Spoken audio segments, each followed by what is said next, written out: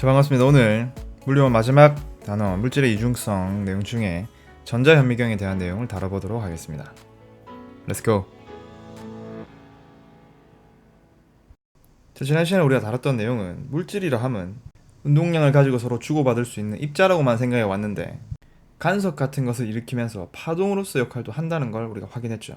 그래서 어떤 물질이 파동의 성질을 나타낼 때 이 파동을 우리는 물질파 혹은 드브로이파라고 이야기를 했습니다. 이때 파장을 드브로이 파장이라고 부르고 운동량 분의 플랑크 상수로 계산이 되었죠. 우리가 일상생활에서 보는 물체들에서는 파동의 성질을 확인하기 어려운데 그것은 이 분모에 있는 m, 질량 값이 너무 크기 때문에 이 파장이 굉장히 짧기 때문에 그 파동으로서의 성질을 확인하기가 어려웠습니다. 하지만 전자와 같은 녀석들은 질량이 매우 작아서 파동성을 확인하기가 쉬웠죠. 그렇다면 이번 시간에는 이 전자가 가지는 이 파동의 성질을 이용한 현미경에 대해서 한번 이야기를 해보도록 하겠습니다. 이 전자현미경은 두 가지 종류가 있습니다. 첫 번째는 주사 전자현미경입니다. 이를 영어로 표현하면 스캐닝 일렉트론 마이크로스코프. 여기서 맨 밑에 있는 마이크로스코프는 현미경을 의미하고요. 일렉트론은 전자를 의미합니다. 그럼 주사라는 건 스캐닝을 의미하는 단어인데 전자빔을 쏴가지고 거기서 반사되는 거를 한 줄 한 줄 스캔해서 이미지를 생성한다고 생각하시면 됩니다. 그래서 주사 전자현미경은 이 앞 글자를 따서 SEM이라고 이야기를 하죠. 이번에는 투과 전자현미경입니다. 얘를 영어로 표현하면 Transmission Electron Microscope입니다. 첫 단어만 다르죠. 첫 단어 Transmission, 이게 바로 뭔가를 투과한다는, 통과한다는 뜻이라고 생각하시면 됩니다. 그래서 이 녀석의 앞 글자를 따서 TEM이라고 이야기를 하죠. 둘 다 전자를 이용하지만 왼쪽에 주사 전자현미경은 전자를 쏴서 튕겨 나오는 녀석을 검출해서 이미지를 만드는 거고, 오른쪽에 투과 전자현미경은 전자를 통과시켜서 이미지를 만드는 거라고 생각하시면 되죠. 간단하게 작동 과정을 그림으로 표시했습니다. 왼쪽에 보이는 요것은 주사 전자현미경입니다. 시편이 우리가 보고자 하는 물질이에요.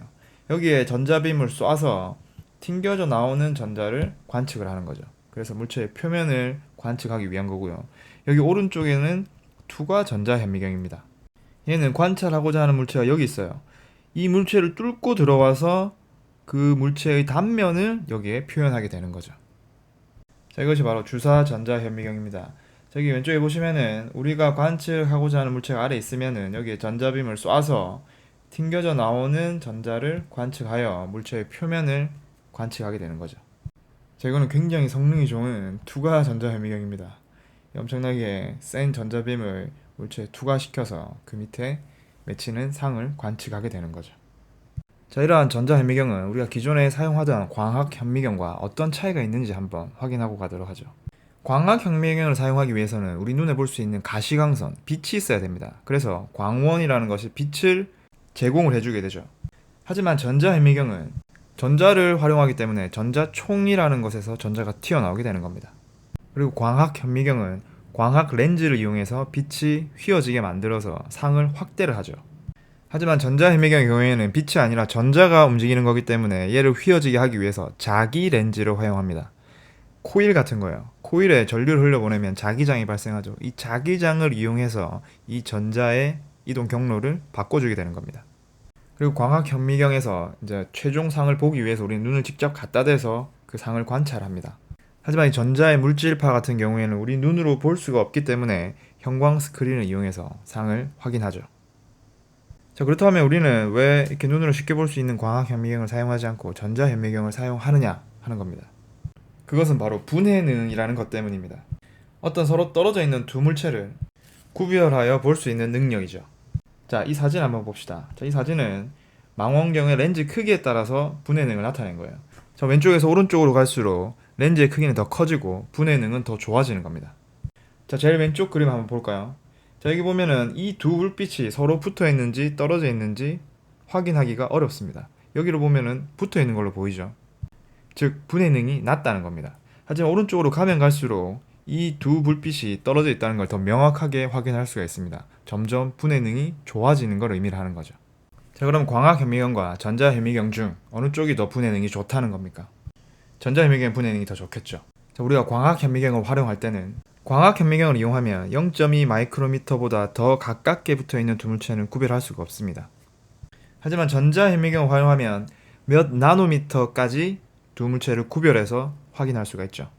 자, 그래서 이게 사진이 좀 흐리지만 박테리아의 경우에 광학현미경으로 촬영한 모습이고요.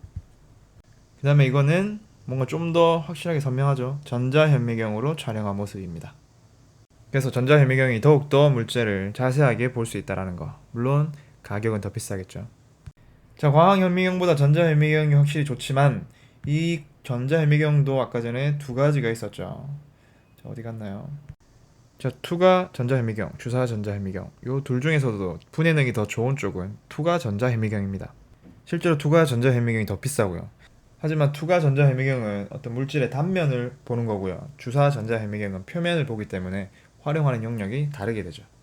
이렇게 점점 작은 것들을 들여다보게 되면서 우리 생활에 많은 응용이 되고 있습니다. 자, 이건 연잎이라는 식물의 표면을 이렇게 현미경으로 관찰한 겁니다. 자, 연잎의 표면에는 이렇게 물방울이 또로록 맺힙니다. 현미경으로 관찰한 연잎의 표면 구조를 이용해서 물에 젖지 않는 소재의 가방이나 옷을 만들 수가 있게 되었죠. 자, 오늘 여기까지 해서 이제 물질의 이중성까지 다 마쳤습니다. 수고했습니다.